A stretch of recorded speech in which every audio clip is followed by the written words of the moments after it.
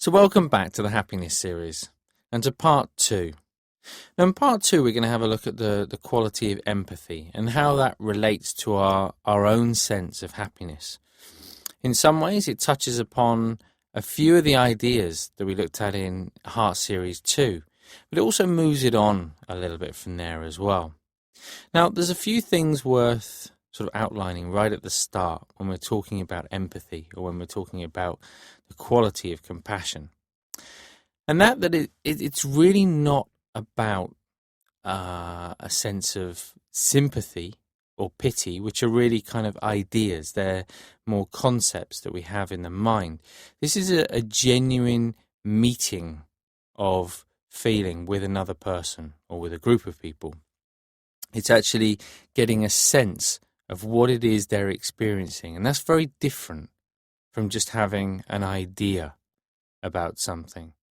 But it's also quite different from the concept of kindness that we looked at in part one of the Happiness series. So, whereas kindness, of course, is looking to do something that allows somebody to be happier in some way, compassion, it feels slightly different. It's not so much trying to improve someone's happiness, or it is, but in an indirect way. It's more about how to reduce their struggle, their suffering, whatever it is they might be going through. So it has a slightly different feel about it. I think the closest sort of example I can think of is that of the relationship between a mother and a child.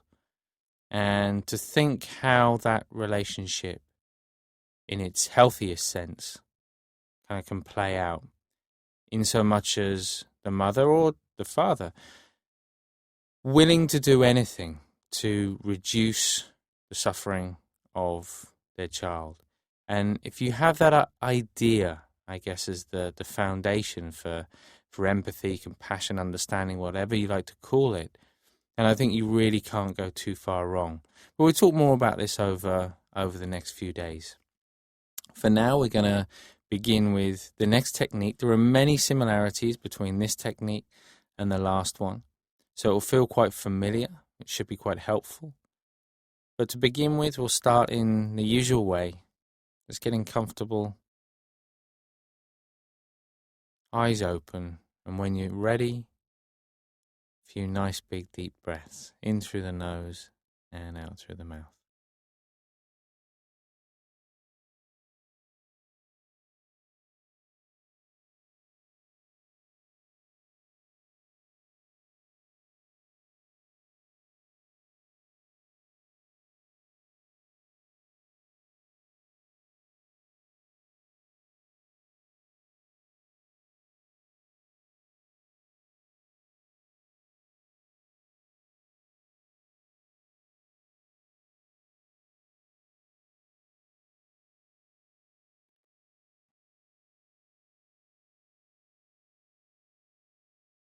And with the next out breath, as you close the eyes now,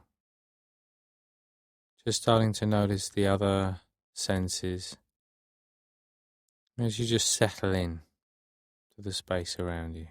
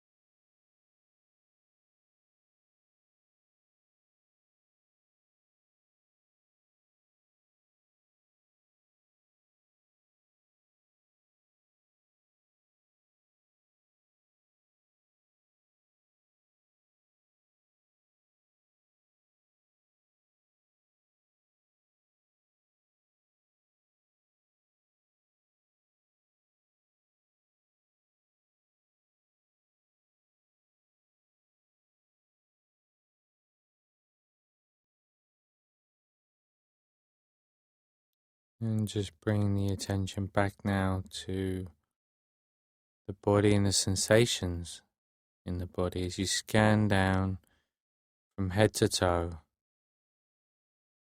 just checking in with how the body feels right now.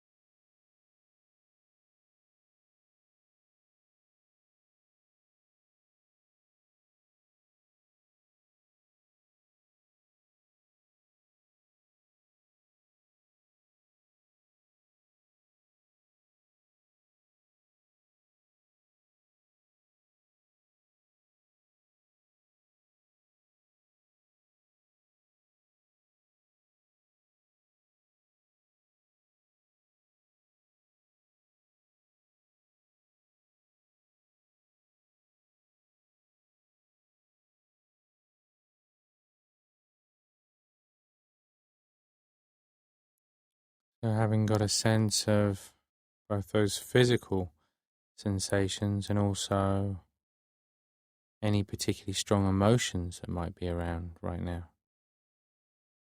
Just taking a moment to be clear about your motivation and clear exactly how. By taking this time out for yourself, you can improve things or benefit those around you.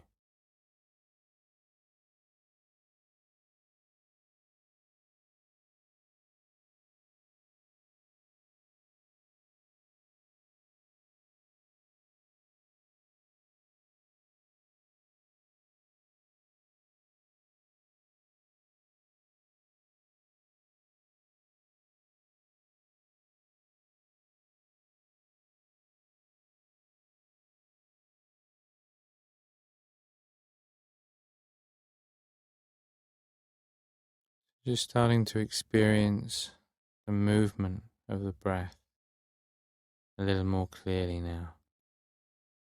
Starting to notice where in the body you feel that movement, and just taking the next couple of minutes just to become more familiar with that sensation as you rest your attention on the breath.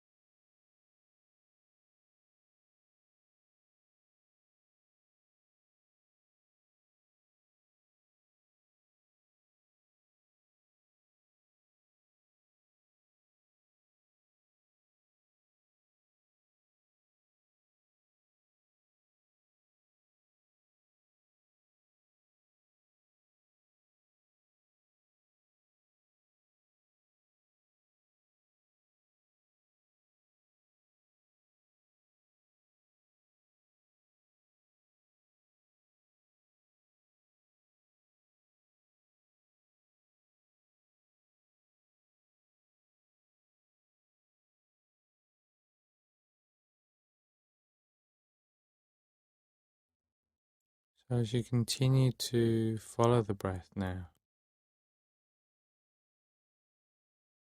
in just the same way as you did in part one, visualizing that pinprick of light in the middle of your chest, middle of the body. Once again, all the qualities of sunlight, so very bright, very clear, very warm.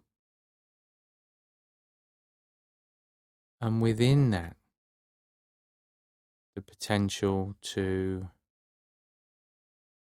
remove any difficulty or struggle for others. And as always, we're just watching as that tiny pinprick of light begins to expand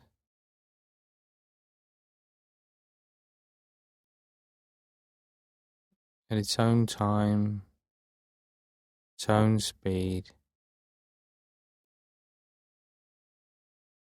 but slowly, very, very slowly filling the entire body, and then continuing outwards in every direction. And you can imagine it almost as a wave that just alleviates anything that gets in the way of other people experiencing genuine calm, clarity, or contentment in their life. So still aware of the breath, but just watching as that visualization begins now. And just staying with that, just for the next 5 minutes or so.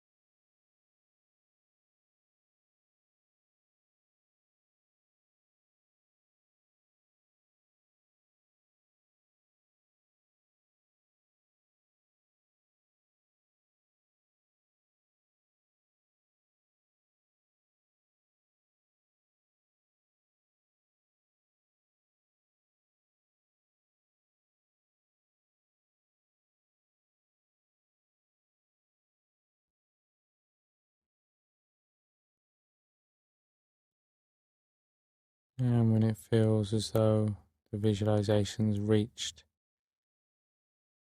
as far as it can possibly go, just letting go of any focus, just allowing the mind to be free.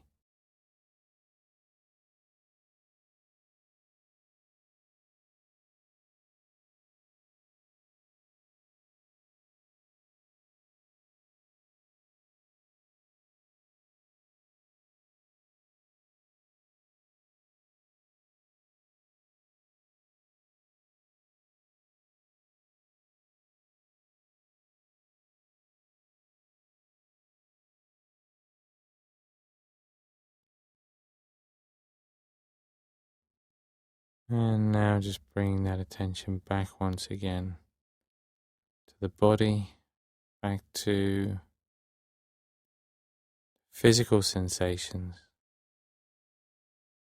the contact between the body and the chair or the floor, sounds.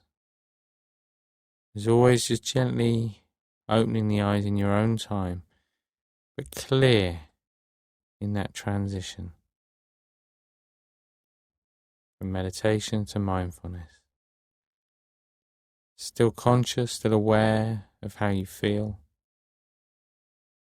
and clear about the idea of carrying that awareness, that intention through the day today. And when you've done that, you can just sit back in the chair.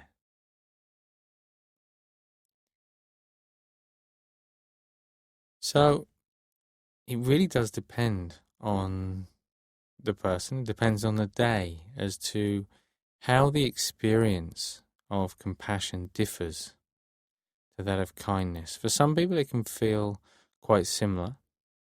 For other people it feels very, very different. And you may find that as we continue through part 2, that you start to notice some of the more subtle differences between the two different qualities. I'll come on tomorrow as to sort of why it's so important to develop this quality within ourselves. It may sound obvious, but actually there are lots of different reasons why it's so important, especially from a meditation point of view. But certainly as you go through your day today, do just look for a few opportunities to really put yourselves in the shoes of others. So again, this isn't an intellectual idea where we're kind of imagining what it would be like. It's really a meeting of minds, a meeting of experience. I guess pausing long enough to actually feel somebody else's difficulty rather than mentally trying to move away from it, to brush it off, to ignore it, to rationalize it. Instead, we pause and we stay with it for long enough to actually feel it. And that is the direct experience of compassion. But I'll see you back here tomorrow for day 2 of part 2.